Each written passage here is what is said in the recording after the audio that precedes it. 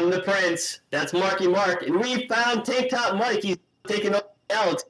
This is the NAO show. Welcome back, guys. Yeah, I'm happy to be back. It feels good. Galaxy. It feels good. How you doing, Marky Mark? Great. I have an announcement to make.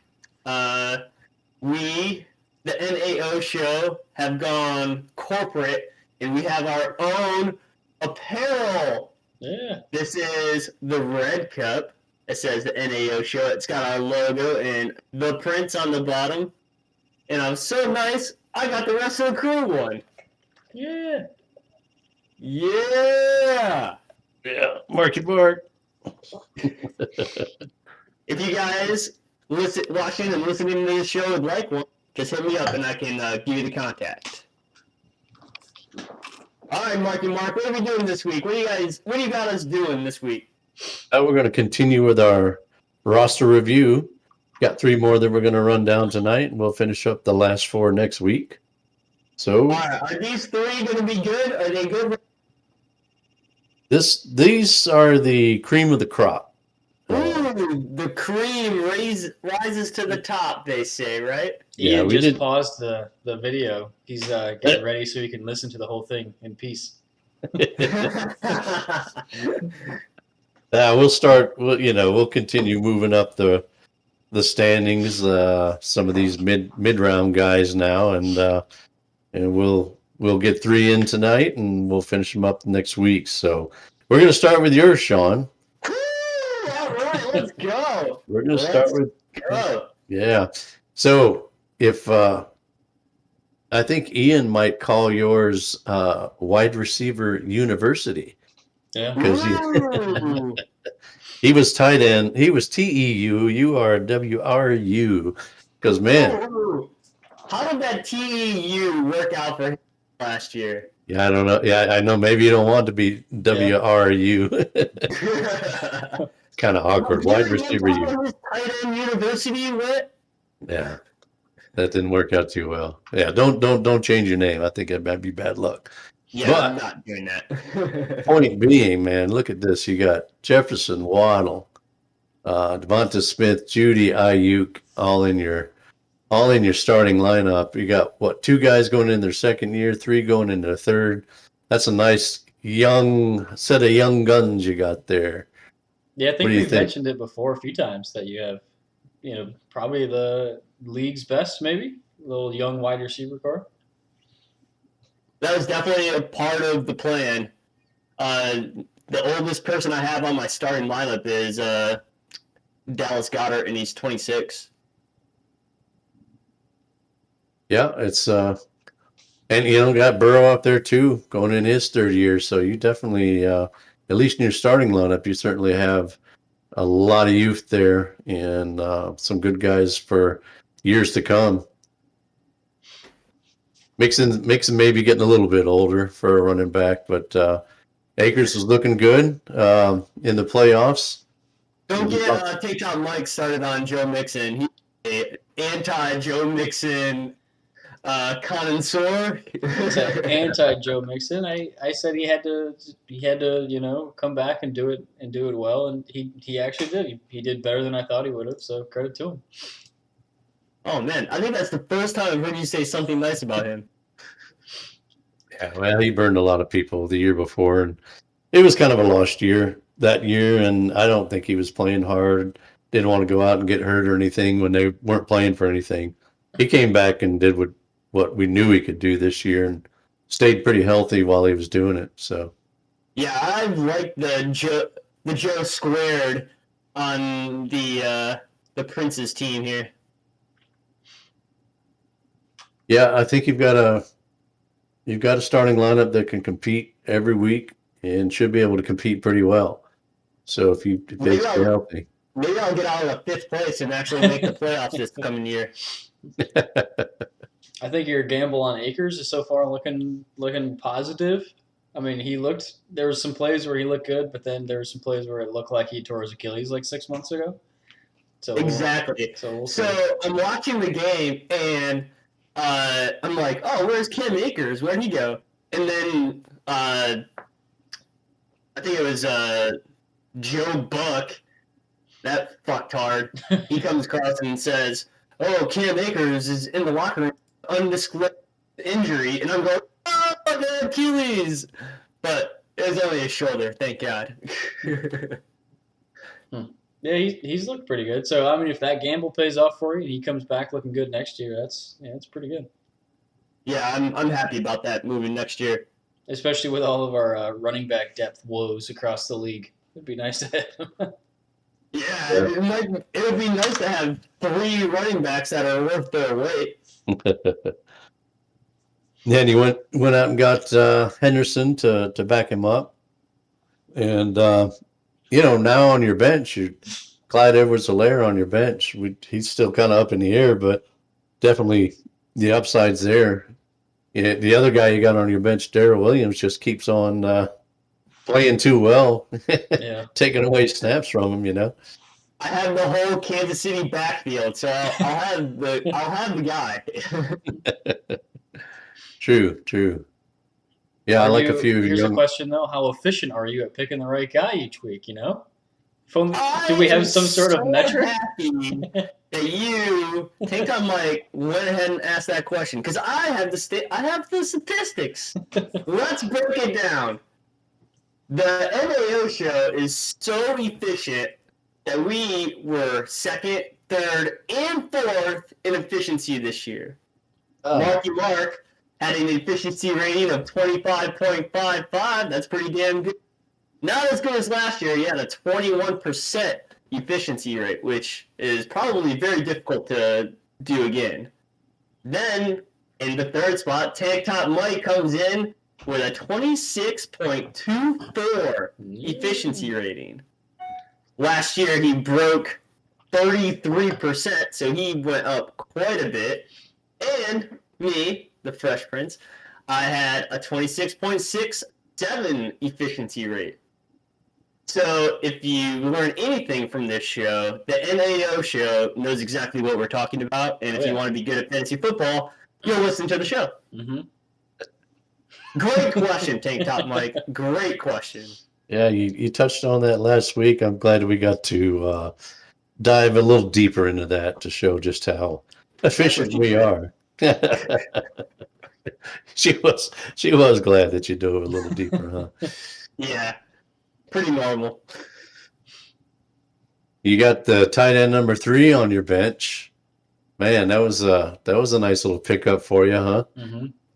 Dalton Schultz, and you got some good. I'm looking down through, and you got a guy like Fields who could break out this year. Maybe Wilson on the bench there. It's hard to say if he's still going to be around, but you look at these guys and you're like, well, maybe no real clear starters, but guys like Cephas, Guyton, even Aguilar. You got Schultz there. You got guys that can definitely can make a jump and do a little something. So you got some nice depth there. I think if I had to pick one, I think is going to make the next step. It's going to be Cephas. I even cringed a little bit when I sent Amari Cooper, but I had a plan because Cephas, in the few games that he did play, he only had 2 games where he didn't break 10 points. So it's the Lions, and you can only bet so much on Detroit, but he had some good early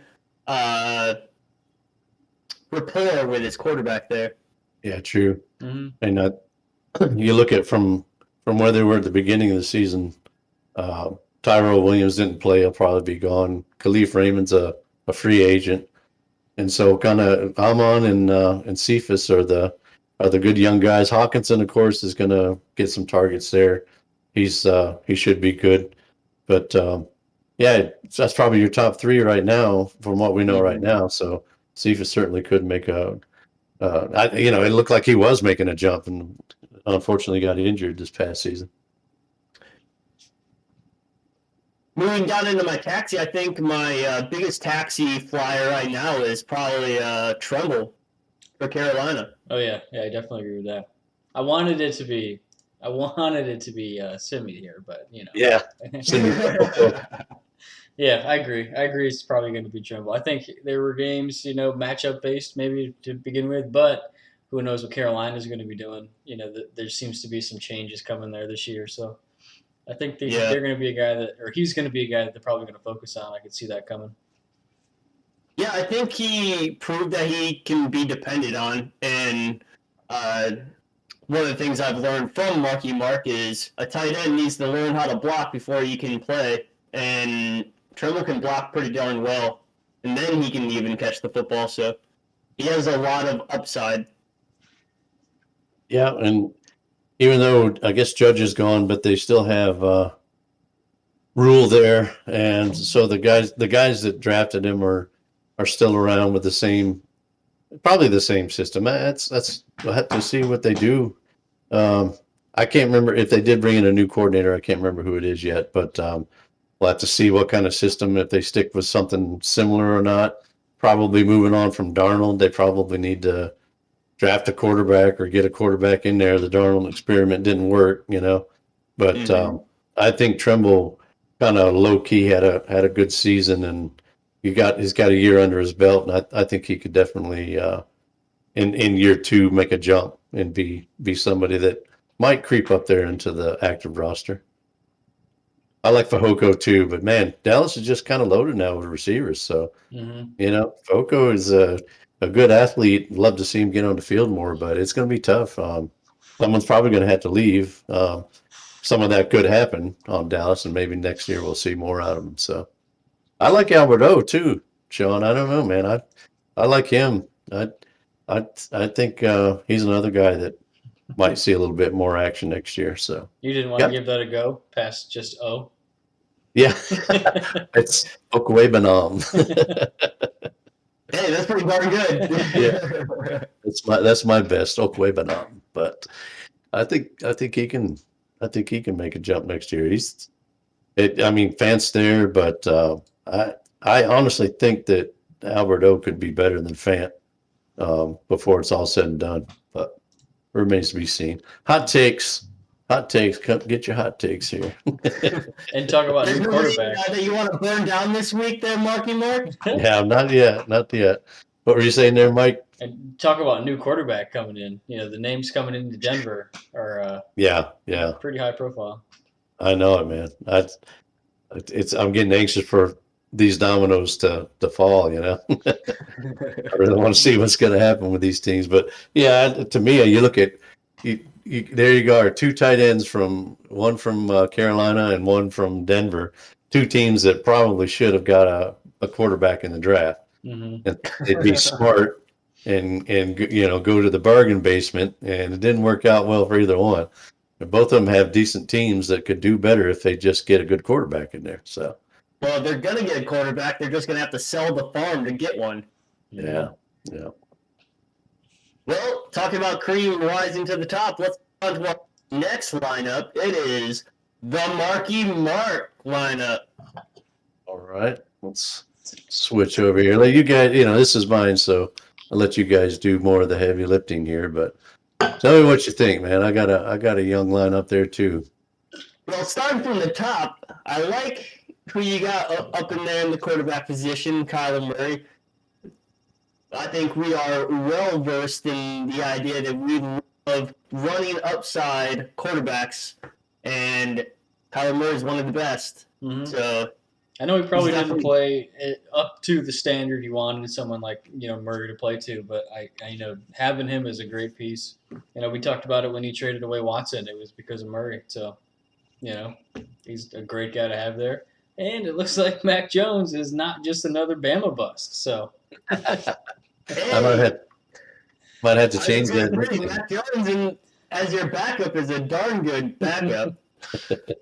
I promised Ricky I'd keep the nickname, but I did add the Ricky Says. But yeah, I may have to take that off there, man. They got to the playoffs. He's scratching the surface of being good. We'll have to see.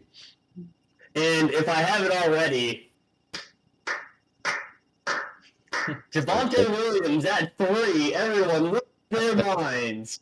But look at you now, Marky Mark. Look at you now. I think I even remember the quote-unquote professionals questioning that draft pick, and they're like, I don't know, Devontae Williams at 3, that's a reach. Yeah. Look now. That's a good point. I need to change his nickname to Spicy Meatball, and maybe if they do the thing this year, they'll remember. Oh yeah, remember we had a Spicy Meatball. I think it's cool in your lineup right now. You have Mitchell, Williams, and Chase all right next to each other, like starting 3, second year guys going into this season. It's pretty cool. Yeah, it is. It's got some good right there. Those are fantastic cornerstones for your lineup. Yeah. Moving down the lineup here, you got Jamar Chase. I'm not sure who exactly that guy is, but I've heard rumblings of him being okay in the NFL. Something about him breaking a whole bunch of records this year or something. I don't know. What do you think, Tank Top Mike? I think. What's your feelings on Jamar Chase? I can't remember the exact numbers, but he's coming up on a few others too. Postseason records, like Larry Fitzgerald type records in the postseason. So, yeah, nailed it. Who the hell's Larry Fitzgerald?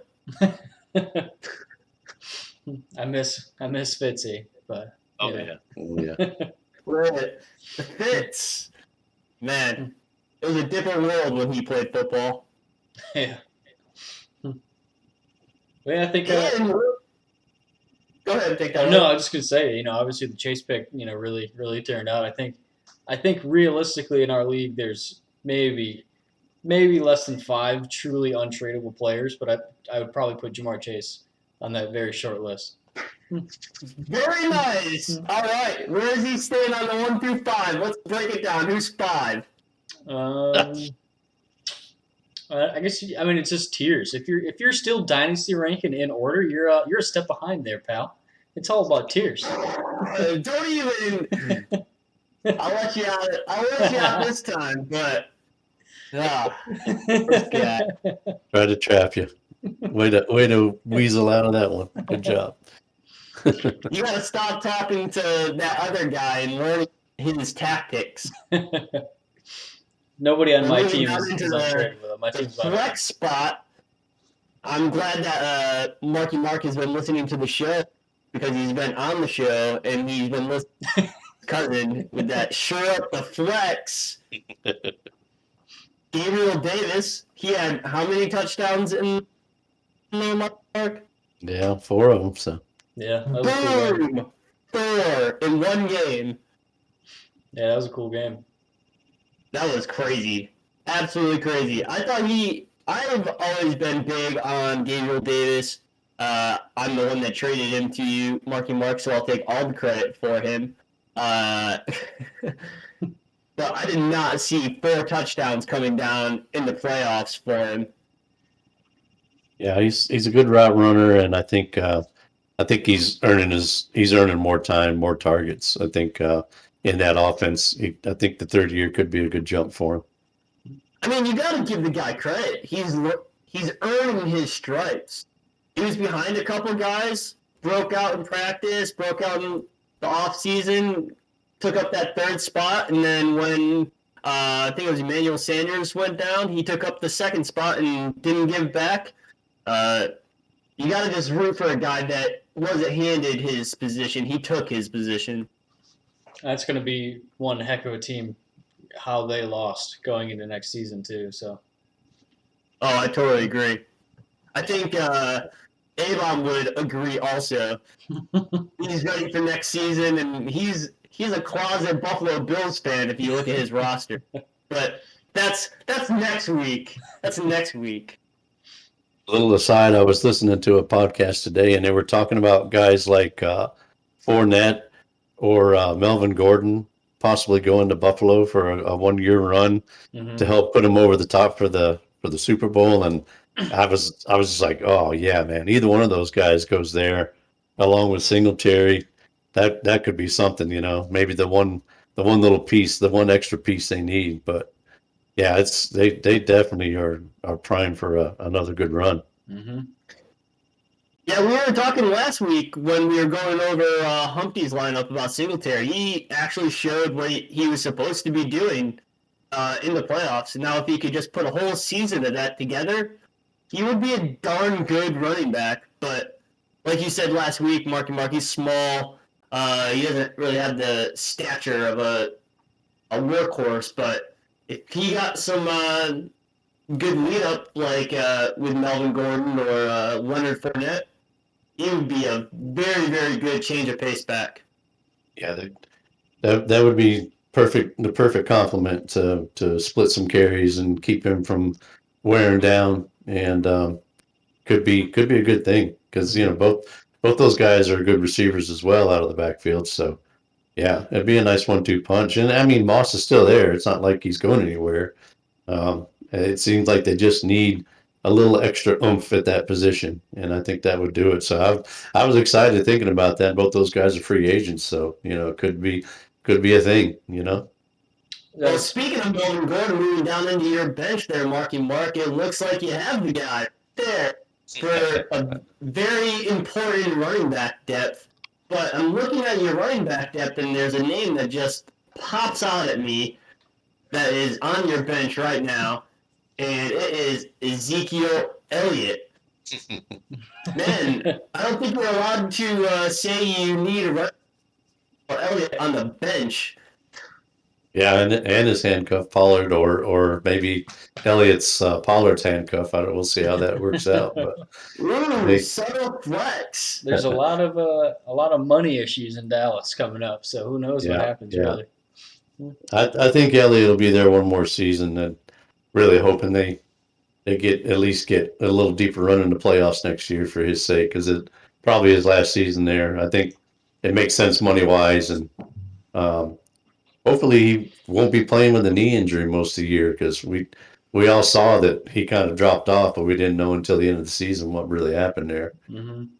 So, but it's for me to look at my bench and see Pollard and Elliott on the bench, I'm pretty happy, and Gordon too, really as a kind of a depth piece there.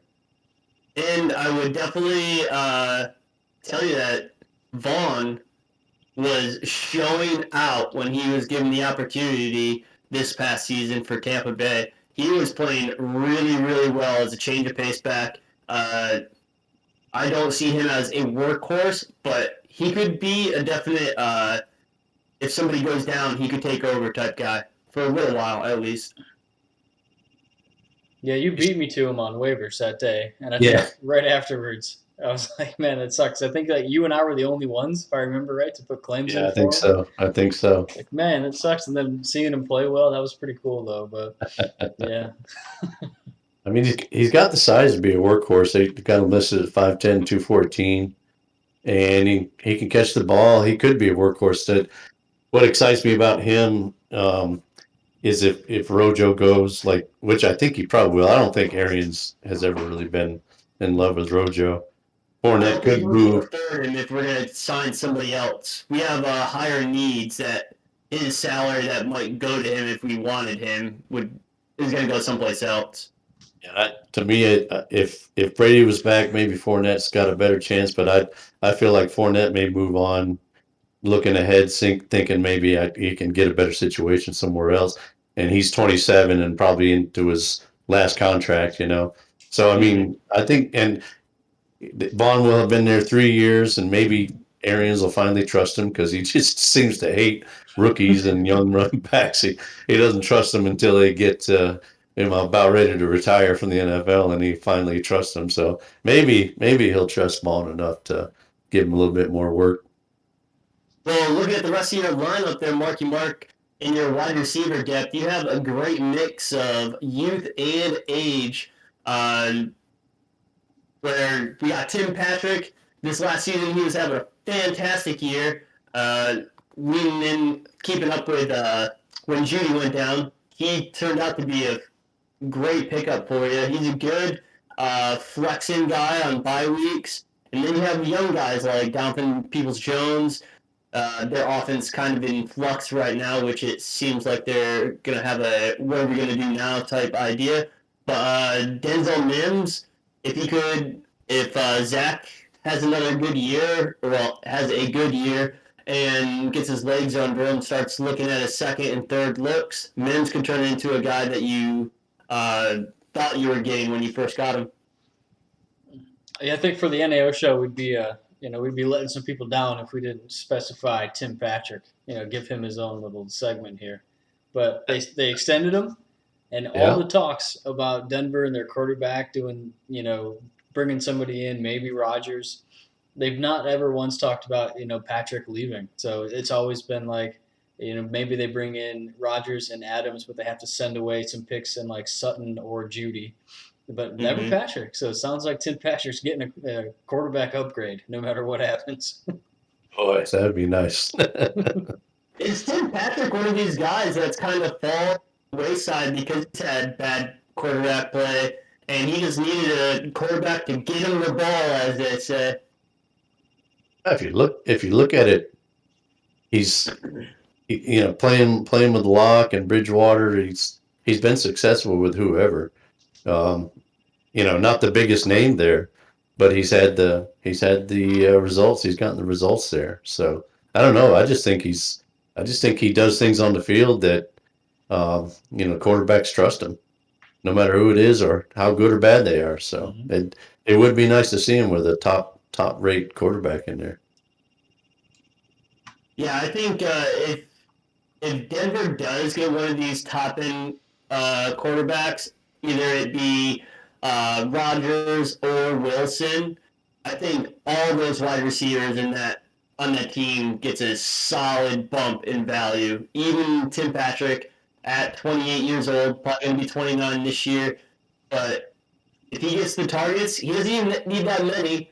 If he gets 5-6 targets a game, he can be dangerous and be a great value for you. Mm-hmm. Yeah. Didn't think we'd talk about Tim Patrick so much, but it's kind of cool. I'll take it. Into your taxi, there's two guys that stand out.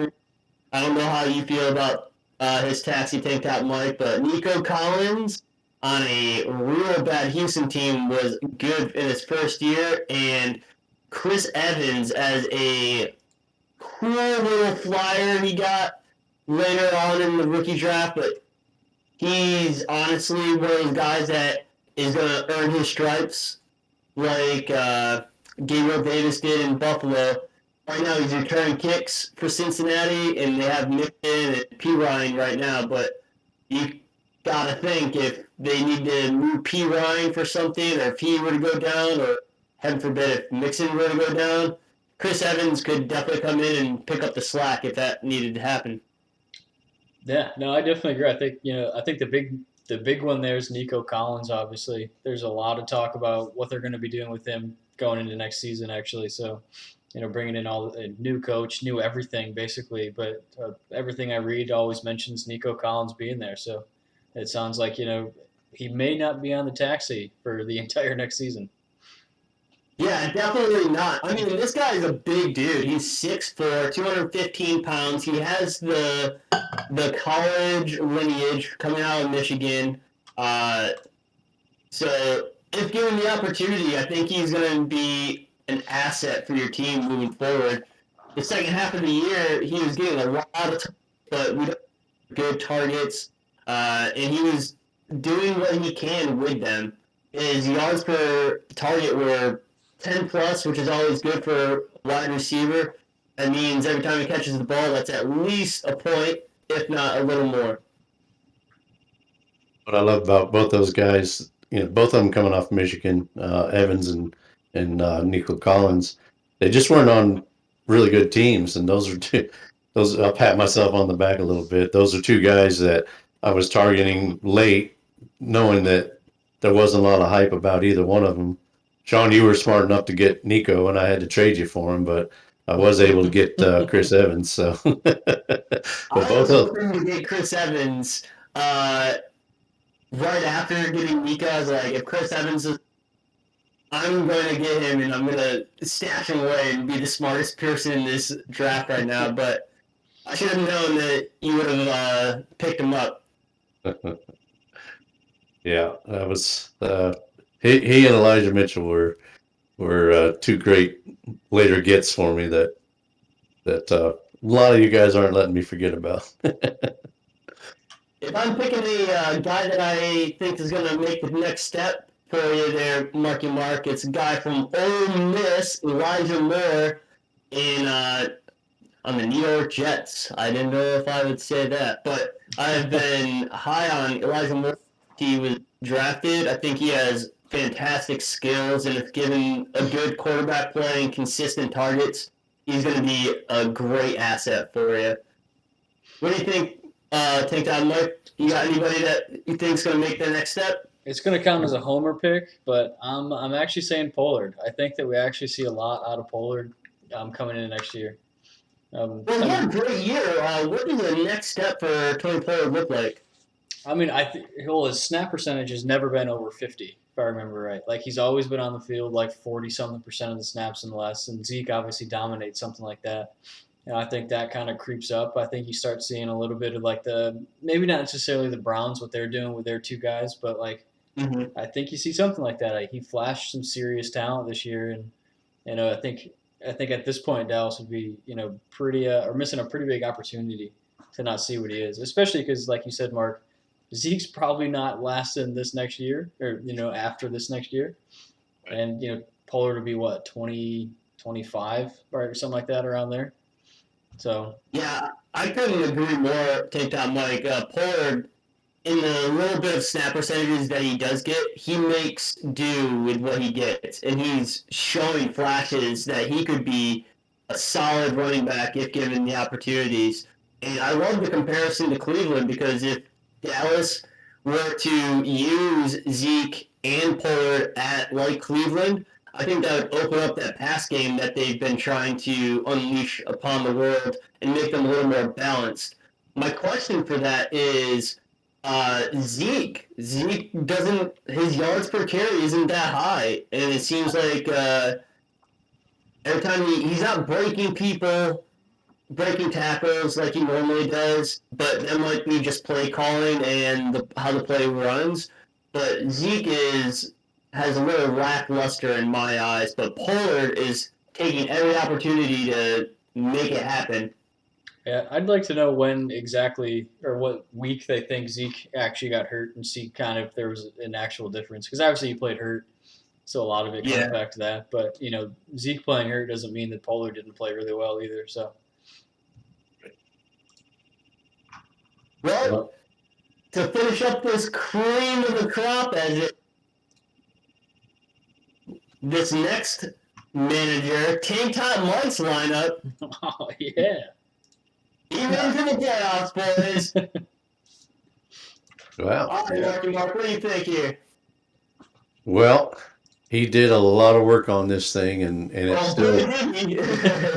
still looking really good to me here. I mean, well, starting off with guys like Mahomes, Eckler, Kamara, Kupp, Diggs. I mean, it's like, stop me when you hear a bad one. I'm hearing a bad one. These are household names. Even people that don't even do Dynasty, barely do fantasy football in general. Shoot, my girlfriend even knows who AK is. She doesn't even like football.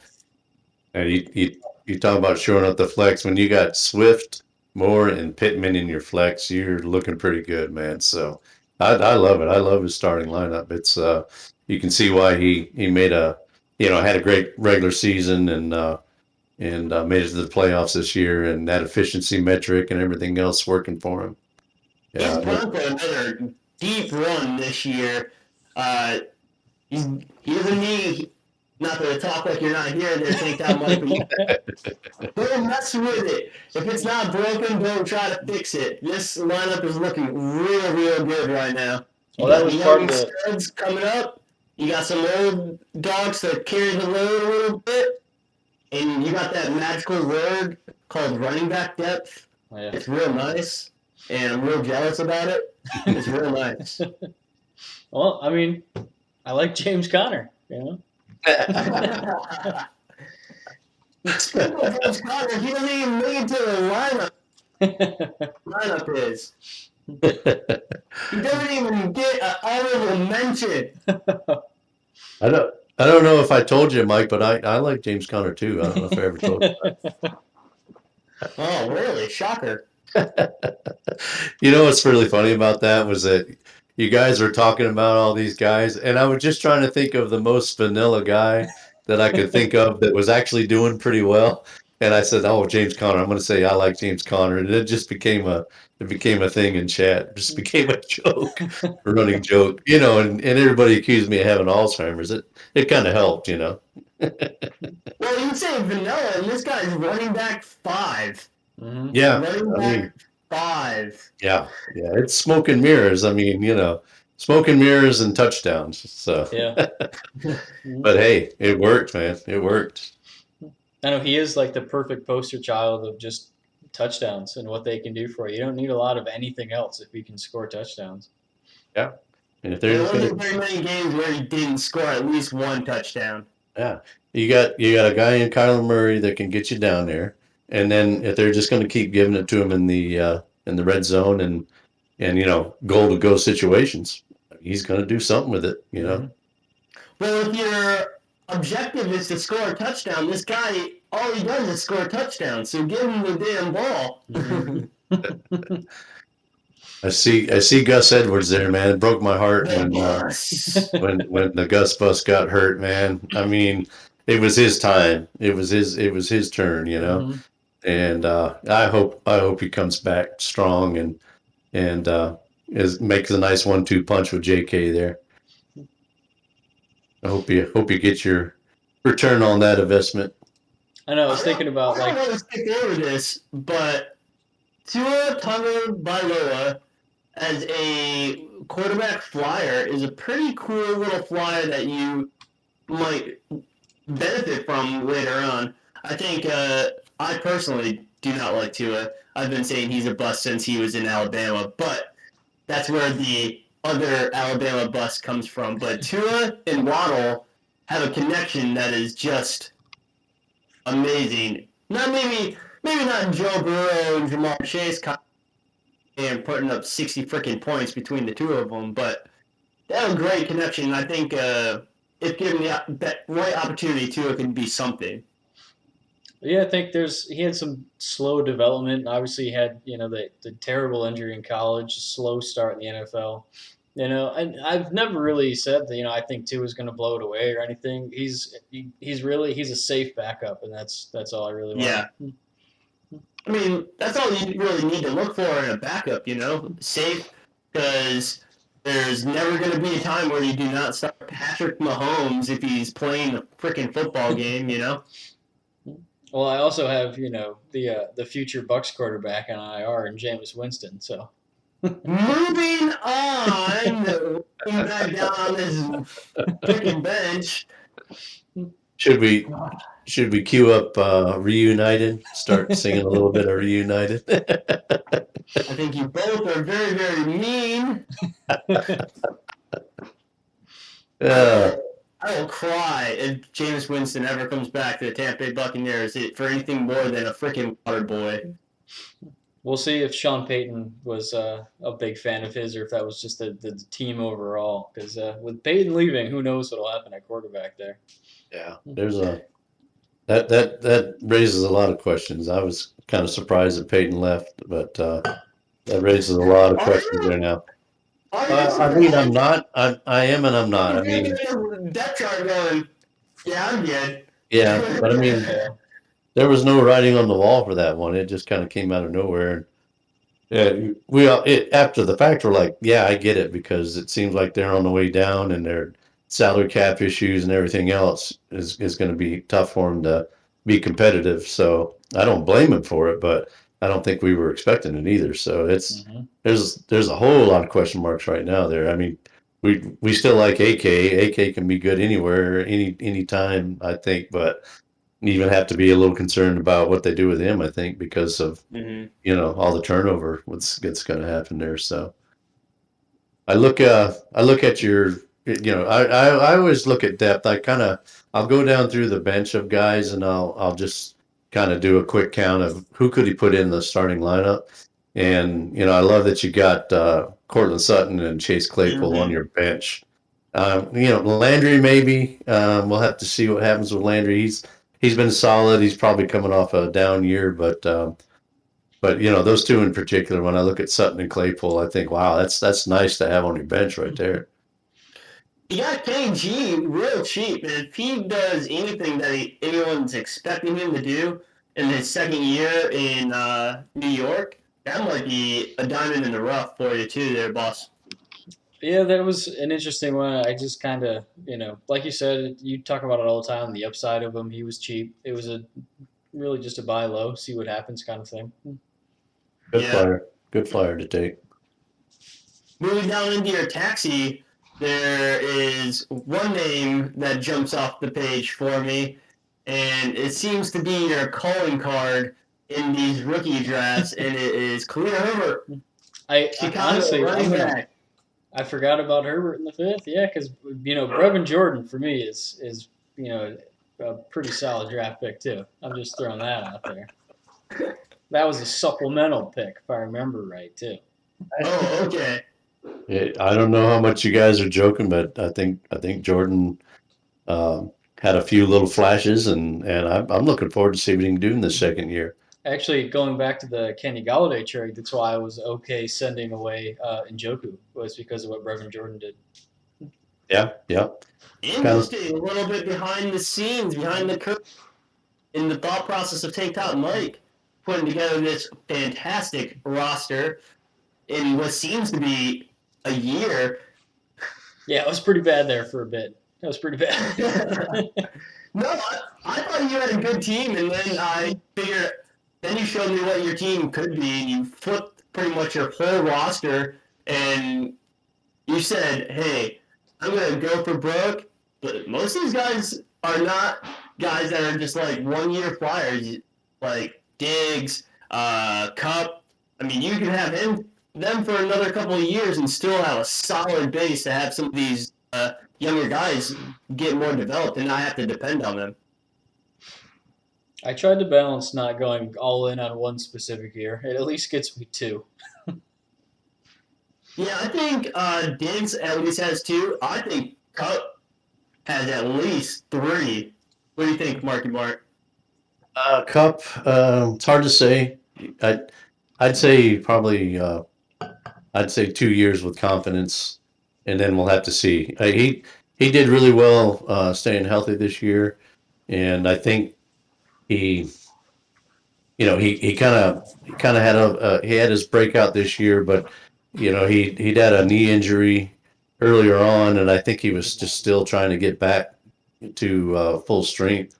I think he finally did that this year, but now he's getting a little bit old to be to be going into another season with all that. He's 28 now, I'll take it. so I think I don't know. I've been looking a lot at that situation between Cup and Woods and who's going to stay and who's going to go. And Sean, we talked about Van Jefferson maybe being the next guy to take a jump because one of those guys is probably gone. But I imagine it's going to be Woods if anybody, and Cup will stick around. But yeah, his age is up there, and he did have some injury history. So I'm just wondering, can he keep that durability going? And has he done something different where he's going to stay healthier? So, but I think he's got a good year or two left for sure.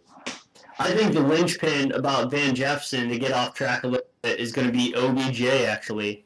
OBJ coming in with a solid solid quarterback to throw him the ball, and he's back to how he looked in New York Giants land. I know. I was thinking about that because they keep saying like OBJ is going to go here, like I've heard the Raiders, might or that kind of thing, whatever. And I just keep thinking like the dude has to feel so vindicated there. Like why not stick around at least one more year? Like but he seems like the kind of guy that would kind of do that. Like they gave him the shot, they're playing well, so he might stay. But he's also Odell Beckham, so he might just do whatever. I mean, I've been on this show plenty of times running OBJ through the mud, saying that he's washed up and he's not worth the value that some of these players have given him. But I was wrong. I was 100% wrong. I traded him away. I was wrong too. I think I'd like to see one person who defended him even through Cleveland. I know there were guys that held him and couldn't didn't trade him and are loving it now, but I don't think many people defended him through Cleveland anymore. So Right. Yeah, if I was OBJ and they're going to the Super Bowl this year. I bet when he started this season with Cleveland, he didn't think that he'd be on another team in the Super Bowl.